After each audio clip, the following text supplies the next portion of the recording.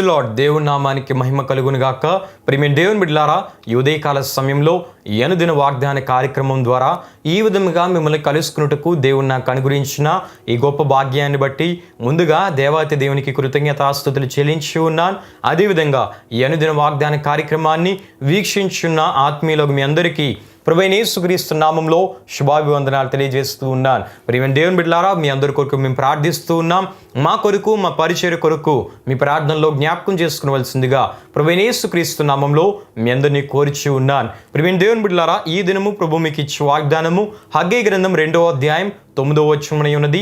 ఆ వాగ్దానం వచ్చిన భాగమును నేను మీ కొరకు చదువుచూ ఉన్నాను. ప్రార్థనాపూర్వకంగా ఆలకించవలసిందిగా ప్రభువైన యేసుక్రీస్తు నామంలో మీ అందరినీ కోరుచూ ఉన్నాను. ఆ వాగ్దానం వచ్చిన ఈ విధంగా రాయబడి ఉన్నది.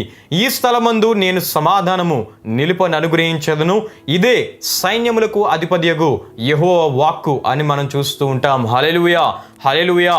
ప్రియమైన దేవుని బిడ్డలారా, ఈ వాగ్దానాన్ని దేవుడు అన్నాడు చెరలో నుండి తిరిగి వచ్చిన యోధా ప్రజల అధికారి అయిన జెరుబ్బాబెలుకు, అదేవిధంగా ప్రధాన యాజకుడైన యెహోషువకు, చెరలో నుండి తిరిగి వచ్చిన యూదులకు దేవుడు హగ్గై ప్రవక్త ద్వారా ఇచ్చిన వాగ్దానంగా ఈ వాగ్దానం వచ్చిన అన్ని మనం చూస్తూ ఉంటాం. సందర్భాన్ని మనం జ్ఞాపకం చేసుకున్నట్లయితే బబులోను చెరలో నుండి తిరిగి వచ్చిన యూదులు దేవాలయాన్ని వారు మరలా నిర్మిస్తూ ఉన్నారు. అయితే క్రొత్తగా నిర్మించబడుతున్న ఆ దేవాలయము సొలొమోను కట్టించిన మొదటి దేవాలయంతో పోలిస్తే చాలా సాధారణంగా వారికి కనిపించింది. దానిని చూసి కొందరు పెద్దలు నిరుత్సాహంతో ఉన్నారు, నిరాశలో ఉన్నారు, నిరుత్సాహపడుతూ ఉన్నారు. అప్పుడు హగ్గై ప్రవక్త ద్వారా దేవుడు వారిని ప్రోత్సాహపరుస్తూ ఈ విధంగా వాగ్దానం ఇచ్చినట్లు మనం చూస్తూ ఉంటాం. హగ్గై గ్రంథం 2వ అధ్యాయం 9లో మనం చూస్తే ఈ కడవరి మందిరం యొక్క మహిమ మునుపటి మందిరం యొక్క మహిమను మించునని సైన్యములకు అధిపతియగు యెహోవా సెలవిచ్చున్నాడు. ఈ స్థలమందు నేను సమాధానము నిలుప ననుగ్రహించదను, ఇదే సైన్యములకు అధిపతియగు యెహోవా వాక్కు అని మనం చూస్తూ ఉంటాం. హల్లెలూయా, హల్లెలూయా. అంటే ప్రియమైన దేవుని బిడ్డలారా, దేవుడు కేవలం దేవాలయ సౌందర్యం గురించి, దేవాలయ ఆ నిర్మాణ పనిని గురించే మాట్లాడట్లేదు, కానీ దేవుడు దేవాలయంలో తన సన్నిధిని, తన సమాధానాన్ని నిలుపుతానని వాగ్దానం ఇస్తున్నట్లు మనం చూస్తూ ఉన్నాం. వారు చిన్నదిగా భావించిన ఆ మందిరానికి దేవుడు తన సమాధానాన్ని, ఆశీర్వాదాన్ని ఇస్తానని వాగ్దానం ఇచ్చినట్లు మనం చూస్తూ ఉంటాం. ప్రియమైన దేవుని బిడ్డలారా, దేవుడిచ్చే సమాధానం ఎంత విలువైనదో కొన్ని విషయాలు నేను మీకు జ్ఞాపకం చేస్తూ ఉన్నాను. ధనము ఉంటే వస్తువులు మనం కొనుక్కోగలం, కానీ సమాధానాన్ని కొనుక్కోలేం. ఐశ్వర్యం ఉంటే సౌకర్యంగా జీవించగలం, కానీ భయాల్ని తొలగించలేదు ఐశ్వర్యము. అంతేకాకుండా సమాధానాన్ని మనకివ్వలేనిది ఐశ్వర్యము.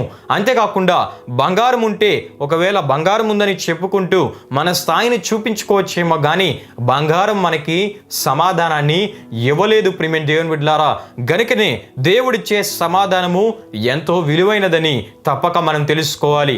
అంటే బంగారము కంటే, ఐశ్వర్యము కంటే, ధనము కంటే విలువైనది ఏంటంటే దేవుడిచ్చే సమాధానమై ఉన్నదని ఈ వాగ్దానం ద్వారా మరొకసారి నేను మీకు తెలియపరుస్తూ ఉన్నాను. హల్లెలూయా, హల్లెలూయా. దేవుడిచ్చే సమాధానము పెద్ద పెద్ద సమస్యల్లో కూడా ధైర్యాన్ని, నిరీక్షణను మనకు కలుగు చేస్తుంది, నెమ్మదిని మనకిస్తుంది. కనుకనే దేవుడిచ్చే సమాధానము వెండి, బంగారము, ఆస్తులు, అధికారము, ఖ్యాతి కంటే విలువైనది, గొప్పదని దేవుని వాక్యం తెలియపరుస్తుంది. హల్లెలూయా, హల్లెలూయా.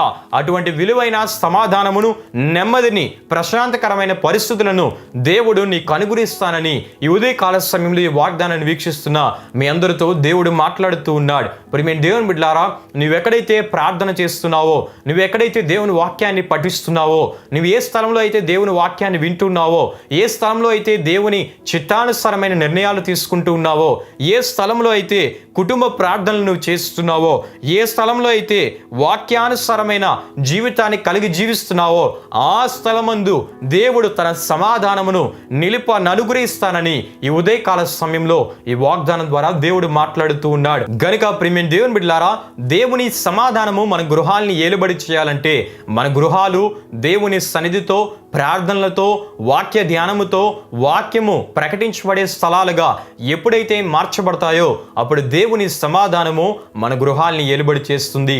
గనుక దేవుడు కోరే ఆత్మీయ స్థితిని కలిగి అన్నిటికంటే విలువైన దేవుడిచ్చే సమాధానమును మీరు పొందుకోవాలని ప్రభు సేవకునిగా కోరుచు ఈ మాటలను నేను ముగిస్తున్నాను. ప్రభు ఈ వాగ్దానాన్ని మన వినికిడిలో దీవించునుగాక. ప్రియమైన దేవుని బిడ్డలారా, ఈ వాగ్దాన కార్యక్రమాన్ని ముగింపు ప్రార్థనతో మనం ముగించుకుందాం. ప్రార్థన చేసుకుందాం.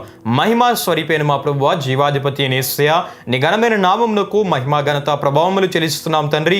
ఈ ఉదయకాల సమయంలో మీరు మాతో మాట్లాడి మాకు ఇచ్చిన ఈ వాగ్దానపు మాటను బట్టి నీకే స్తుతులు చెల్లిస్తున్నాం. దేవా, నీవు ఇచ్చే సమాధానము అది ఎంతో విలువైనది. నీవు ఇచ్చే నెమ్మది ఎంతో విలువైనది. అది బంగారం ద్వారా మాకు కలగదు, ఐశ్వర్యం ద్వారా మాకు కలగదు, ఆస్తి పాస్తుల ద్వారా మాకు కలగదు, మంచి పేరు ప్రఖ్యాత ద్వారా మాకు కలగదు, కానీ అది కేవలం నీ ద్వారానే కలుగుతుందని మరొకసారి మీరు మాకు జ్ఞాపకం చేస్తారు. మీకు వందనాలు, స్తోత్రాలు ప్రభువా.